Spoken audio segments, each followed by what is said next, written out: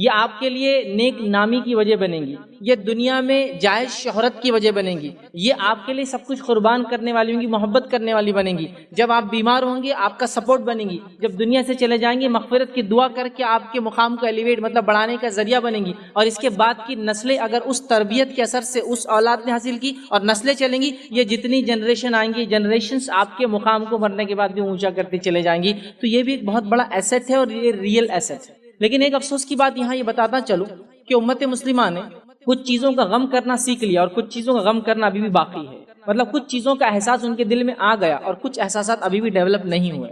امت مسلمہ نے مال کے نقصان کا احساس سمجھ لیا۔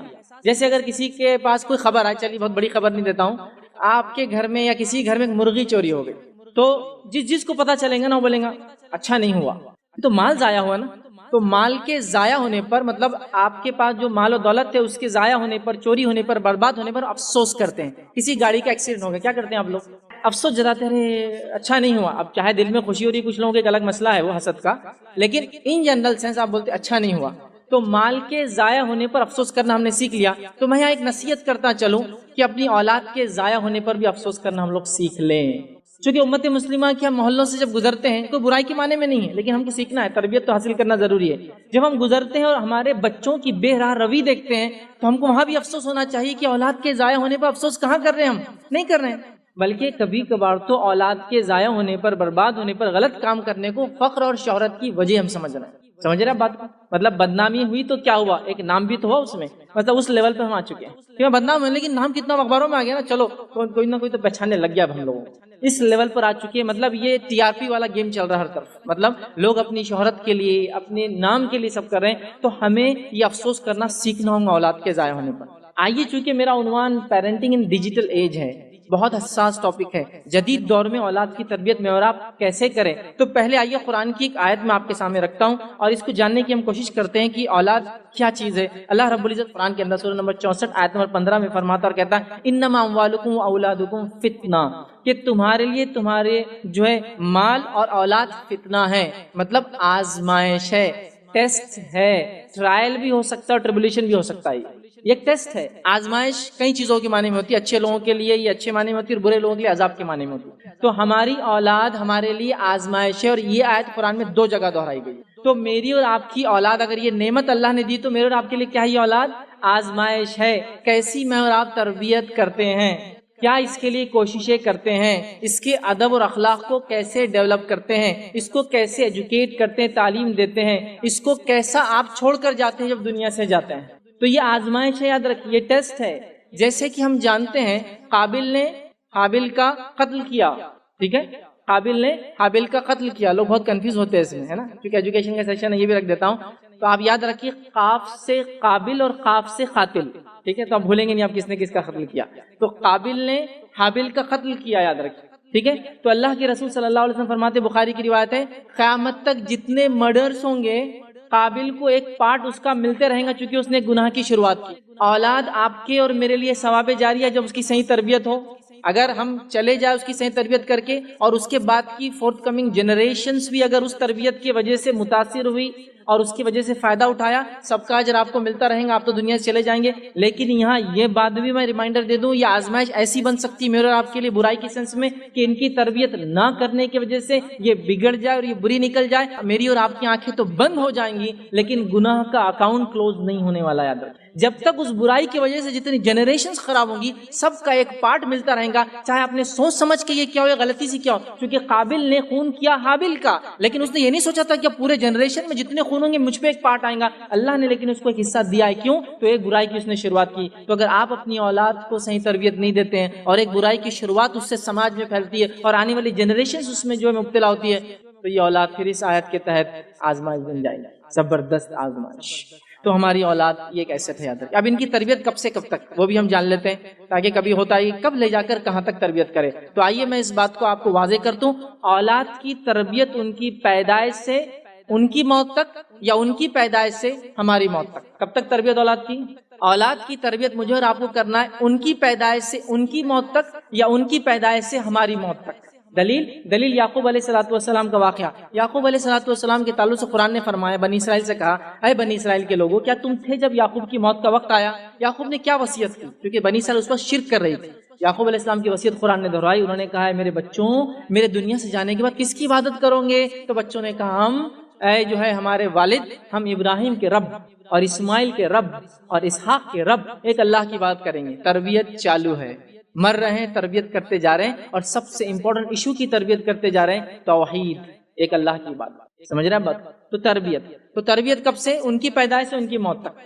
یعقوب علیہ السلام کی ڈیتھ ہے اور وہاں کر رہے ہیں. ابراہیم علیہ السلام کی زندگی لے لیں، وہ اپنے بچوں کی تربیت پیدائش سے کر رہے ہیں. پھر بچے کی شادی اسماعیل علیہ السلام کی ہو جاتی ہے، وہ گھر آ کر جاتے ہیں، ایک خرابی گھر میں دیکھتے ہیں، وہاں اصلاح کر کے جاتے ہیں. تو تربیت کا مرحلہ کبھی میرا اور آپ کا ختم ہونے والا نہیں ہے، اس بات کو یاد رکھ لے. تو وہ مر جائیں گے یا ہم مر جائیں گے، لیکن سلسلہ تربیت کا ختم انشاءاللہ عزیز نہیں ہونے والا. اس بات کو ہم اپنے پلے باندھ لیں. ایک زمانہ تھا، لوگوں نے تربیت کا ایک عجیب طریقہ اختیار کر رکھا تھا. وہ غلط تھا، کچھ لوگوں کے لیے صحیح ہو سکتا ہے، کچھ بچوں کے لیے صحیح ہو سکتا ہے، سب کے لیے نہیں تھا. وہ تربیت کا کیا مرحلہ تھا؟ یہ کام کر دو نہیں تو پیر توڑ دوں گا، یہ نہیں ہو تو ہاتھ توڑ دوں گا، فلاں نہیں کیا تو بیت سے آج جو تمہاری جو ہے ٹانگیں توڑ دوں گا، اور فلاں کر دوں گا، اور یہ کر دوں گا. اور ایک مرحلہ گزرا، لوگ بیان کرتے، میرے سامنے بھی لوگ آتے، کبھی افسوس بھی ہوتا ہے، ہنسی بھی آتی، تعجب بھی ہوتا ہے. میاں ہماری تربیت تو ہماری تربیت کیا تھی؟ وہ تربیت ہمارے پاس تو یہ سسٹم تھا، ہمارے استاد بولے اگر یاد نہیں کی تو چنا لیتے تھے یا پتھر لے کان پہ لگاتے تھے اور ایسا دباتے تھے، سب یاد ہو جاتا تھا. میں نے کہا اگر یہاں کوئی ایسی نرو ہے یا کوئی نس ہے جس کے دبنے سے یاد ہو جاتا ہے تو ٹھیک، تھیراپی ٹھیک تھی. مطلب یہ لرننگ سسٹم ٹھیک تھا کہ یہ سینسیٹیو نرو ہے، دبا دیے تو یاد ہو جاتا، تب تو یہ ٹھیک تھا. لیکن نہیں بولے، ویسا نہیں بولے، وہ تکلیف. پھر ہم نے یاد کر لی. ہم کو بیٹے مرغا بنائے تو آج ہم یہاں تک پہنچے. کیونکہ کبھی کبھار سوچ ہوتی ہے اگر آپ مرغا نہیں بنتے نا انشاءاللہ اڑتے تھے. پھر آپ مرغا بنانے کی وجہ سے یہیں تک پہنچے آپ. چونکہ نبی اکرم صلی اللہ علیہ وسلم کی تربیت میں مار نہیں ملتی ہم کو، مسئلہ یہ ہے. اور نبی اکرم صلی اللہ علیہ وسلم سے زیادہ انسانیت کو سمجھنے والا کوئی نہیں ہو سکتا سوائے ہمارے رب کو چھوڑ کر. تو آپ چونکہ انسانیت کے آخری نبی تھے اور قیامت تک کے لیے تھے، آپ نے بچوں کی تربیت کا طریقہ بتایا ہے. اس میں مار نہیں ہے بھائی، ڈانٹ نہیں ہے، اس میں پھٹکار نہیں. انس بن مالک رضی اللہ عنہ فرماتے ہیں ان کی والدہ نے ننھے منھے چھوٹے تھے، لا کر خدمت میں دے دیا، اللہ کے رسول کو غلام بنا لیجیے میرے بیٹے. اور ظاہر سی بات ہے اس سے بڑا ایک شرف کسی انسان کے لیے کیا ہو سکتا ہے کہ ایسی ذات کا وہ غلام بن جائے. نبی اکرم صلی اللہ علیہ وسلم رکھا، 10 سال رہے ان کے پاس، خدمت کرتے تھے، راحت میں رہتے تھے، نمازیں دیکھتے تھے، وضو کے پانی، طہارت کو آپ صلی اللہ علیہ وسلم جاتے بیت الخلا تو پانی لے کر ساتھ جاتے تھے، کہتے نہیں میں لے کے چلوں گا ساتھ. وہ کہتے 10 سال رہا، 10 سال میں نبی اکرم صلی اللہ علیہ وسلم نے کبھی مجھے اوف بھی نہیں کہا. مارنا، ابیوز کرنا، ڈانٹنا تو بہت دور کے، اوف کا لفظ انہوں نے مجھے نہیں کہا. جبکہ ایک چھوٹا بچہ کیا کیا غلطیاں کر سکتا آپ بھی سمجھ سکتے ہیں، مجھے بہت زیادہ ایکسپلین کرنے میں، اوف بھی نہیں کہا.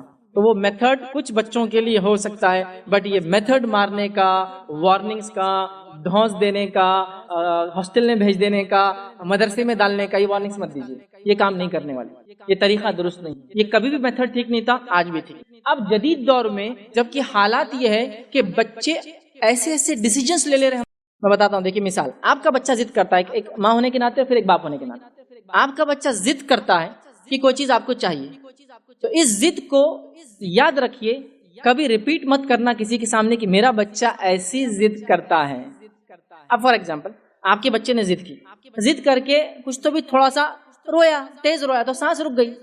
تو آپ دیکھیے اب ایک عورت ہونے کے ناطے آپ ایکسپلین کریں، ایک ماں ہونے کے ناطے اپنی والدہ دوسری عورتوں سے، اب وہ ضد کرنا شروع کرتا، آپ بول رہے ارے نہیں باجی اس کو کچھ نہیں بولنا، یہ ضد کرتا، پھر سانس روک لیتا، پھر فٹس آ جاتے، پھر دم.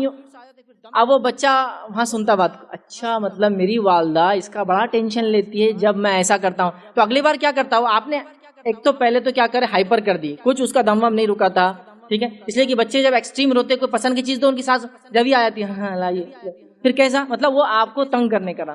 تو آپ نے اس چیز کو کبھی کسی کے سامنے ریپیٹ نہیں کرنا چاہیے. باپ ہونے کے ناطے بچہ بڑا ضدی ہے، اب دیکھیے محفل مجلس میں باپ گیا، کوئی دوسرا بول رہا ارے آپ کا بچہ بڑا ضدی ہے، دادا پہ گیا، دادا پہ پورا خاندانی ہمارا جوش رہتا ہے، ہم لوگ خاندانی ایک دم سنپٹ ہے، بہت غصہ ہے، ہمارے دادا تو کڑالی لے کے نکل جاتے تھے. بعد میں ابا کا معاملہ تب دورہ جب بندوق لے لی تھی، لائسنس بندوق لے کے نکل گئے تھے. میں بھی ویسے ہی ہے، بیٹا تینوں کا مکسچر کے ساتھ آیا، بہت آگے. اب یہ بچہ ضد زیادہ کرے گا یا کم کرے گا، میں آپ سے کوشچن کر رہا ہوں. یہ تعریف تھی یا اس کو بگاڑنا تھا؟ مجھے تو کچھ سمجھ میں نہیں آ رہا کیا ہے، لیکن اتنا دکھ رہا ہے کہ اس سے بچہ بگڑنے والا. آپ اس کو کوٹ کیوں کرتے ہیں؟ ایسے باتوں کو بالکل فنش کر دینا. نیکسٹ ٹائم بچے نے ترسنا کہ میں نے اتنی ضد کیا تو انہوں نے کیا ریئیکشن دیا اس کا, اور والدہ نے بولا کل آپ نے اتنا روتے نا بیٹے, دیکھو زیادہ رونے سے سانس رک جاتی اور کبھی کبھار سانس رکنے سے انسان مر سکتا ہے, دیکھیے آپ کی زندگی آپ طے کریں کیا کرنا. تو وہ اگلی بار بولتا ہے یہ تو ٹینشن ہی نہیں لے میری موت زندگی کا. نہیں بیٹا یہ تو آپ نے طے کیا نا سانس روکنا, میں نے تو گلا نہیں دبایا آپ کا, پھر آپ کیوں کرتے ہیں ایسا؟ ایسا نہیں کرنا چاہیے. اگلے بار دیکھیے وہ احتیاط کریں گے, بلکہ کوئی دوسرا ہوتا ہے ویسا نہیں کرنا, مر جاتے اسے وہ اور اس کا کوئی ٹینشن گھر میں لینے والا ہے نہیں تو سدھر جاؤ. تو آپ اس کی ضد کو بڑھاتے ہیں, وہ نہیں بڑھاتا ہے. جب آپ اس کی ضد کو کوٹ کرتے ہیں کسی بھی ناطے سے, خالہ ہونے کے ناطے آپ بھانجے کی بھتیجوں کی کوٹ کرے, پھوپھی ہونے کے ناطے یا آپ ماں ہونے کے ناطے بچوں کی کرے, یا دادی ہونے کے ناطے وہ کرے. اور یہاں ایک رول یہ بھی ہوتا ہے, کبھی بڑی عورتیں جو دوسری گھر کی عورتیں ہوتی ہیں جن سے ان کو بدلہ لینا ہوتا ہے, اور جب بچہ کو ایڈ کرتا ہے تو بچے کو بولتے بیٹا تو نے میرا بدلہ لیا, تو نے ایک ماں کی سن لی. حالانکہ وہ بچے کی وہ بھی ماں ہے, تم ساس ہے, مطلب اس کی دادی ہے, لیکن کیا بول رہے بچہ بولتا اچھا ایسا ماں کے ساتھ کرنے دادی کو خوشی ہوتی, مجھے عزت کرنا چاہیے. تو بگاڑنے والا کون ہوا؟ ایک جنریشن دوسری جنریشن بگاڑ. کتنی عجیب اور افسوس کی بات ہے. میں کبھی کبھی تعجب بھی کرتا ہوں, کسی کے بچوں کے بغیر آپ زندگی نہیں گزار سکتے, اور کسی کی بیٹی کو آپ بے انتہا ناپسند کرتے ہیں. وہ جس کو ناپسند کرتے بہو ہے, اور جس کو پسند کرتے اسی کے بچے ہو. بچے تو اس کے ہیں نا, آپ کے پوتے ہیں لیکن بچے اس سے ہوئے ہو. تو آپ کو وہ پسند نہیں جس کے ذریعے بچے آئے, لیکن وہ بچے آپ کی بغیر آپ کی جان ہے. تو سوچیے یہ بگاڑ کی وجہ تو نہیں بڑھ رہے, ہمارا لاڑ پیار محبت, کسی کی دشمنی میں بچوں, آپ دو لوگ مل کر بات کر رہے ہیں, بچے کی کوئی خرابی خامی ہے ضد شرارتیں ڈسکلوز نہیں کریں گے, اس کو ایٹیکیٹ سکھائیں گے. ایک واقعہ سنا تھا, آپ سب کے ساتھ ہوتا ہے, آپ کسی ہال پہ جا رہے ہیں, شادی وغیرہ ہے, کوئی بڑا ہال ہے, اس کے باہر بلونز والا کھڑا ہے نا, یہ سب کے ساتھ ہوا ہوگا. جاتے ہی بچہ لٹک گیا, جاتے ہی لٹک گیا انہیں بھائی یہ ہونا. اب آپ ایک کو گود میں دوسرے کھینچ رہے, بیٹا کچھ سمجھ آتا, دو پتنگ ایک ساتھ ہاتھ میں دی تو کیسا ہوگا آدمی کا. اب وہ بچہ آپ کیا کرتے, اچھا اچھا اچھا دے رہی, برقع کر دوں گا, آپ کی ساڑی کی میریاں نکال دوں گا, بہت محنت کی ہے آپ نے اس پہ. نہیں بیٹا بس بس بس, کیا ہونا جلدی لے لو تم, اور آپ نے دلا دیا. نیکسٹ ٹائم کے لیے اس کو ایکسٹورشن کا طریقہ مل گیا آپ کو نکالنے کا. اس کا رول یہ ہونا چاہیے جو پریکٹیکلی آپ دیکھیے, آزما کے فائدہ ہونا انشاءاللہ. آپ کے بچے نے آپ کو اس جگہ ضد کیا, تو آپ ہال جانے سے پہلے بولے بیٹا ہال کے باہر بلونس والے ہوتے ہیں, پھگے کھلونے لے کے لوگ ہوتے ہیں, آپ کو ہم دلائیں گے انشاءاللہ, اس میں کوئی منع نہیں, لیکن آپ ان دعوت اٹینڈ کریں گے. دعوت سے نکلتے وقت ہم آپ کو جو آپ کی چیز چوائس کی ہوں گی انشاءاللہ ہم خود دلائیں گے, ابو کو بولیں گے, پاپا کو بولیں گے, جو بھی ہے. آپ جاتے وقت ضد نہیں کریں گے, دس از اے پرومس.